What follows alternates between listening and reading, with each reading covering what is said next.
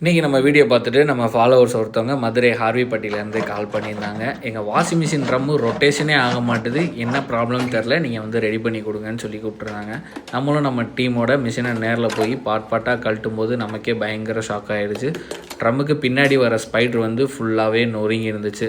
இந்த மாதிரி உள்ள ஸ்பைட்ரு வந்து இந்த மாதிரி ஃபுல்லாகவே நொறுங்கிடுச்சு. ட்ரம்மு மாத்திரமானாங்க, இல்லை நம்ம இதே ட்ரம்மை சூப்பராக ரெடி பண்ணிடலான்னு சொல்லியிருந்தோம்.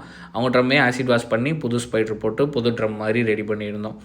இன்னர் ட்ரப்பு அவுட்டர் ட்ரப்லாம் ரொம்ப அழுக்காக இருந்தது. ஸோ அழுக்காக இருந்த எல்லா பார்ட்டையுமே கம்ப்ளீட்டாக க்ளீன் பண்ணி மிஷினை அசம்பிள் பண்ணிட்டோம். இந்த ப்ராப்ளம் வர ரீசன் என்னன்னு பார்த்தீங்க அப்படின்னா, மிஷின் ஓவர்லோடு போடுறனாலையும் போர் வாட்டர் யூஸ் பண்ணுறனாலையும் தான் அந்த கம்ப்ளைண்ட் வரும். தென் மிஷின் லிக்விடு ஒழுகிற இடத்துலலாம் வந்து பார்த்தீங்கன்னா ரொம்ப ஸ்கேல்ஸாக இருந்துச்சு.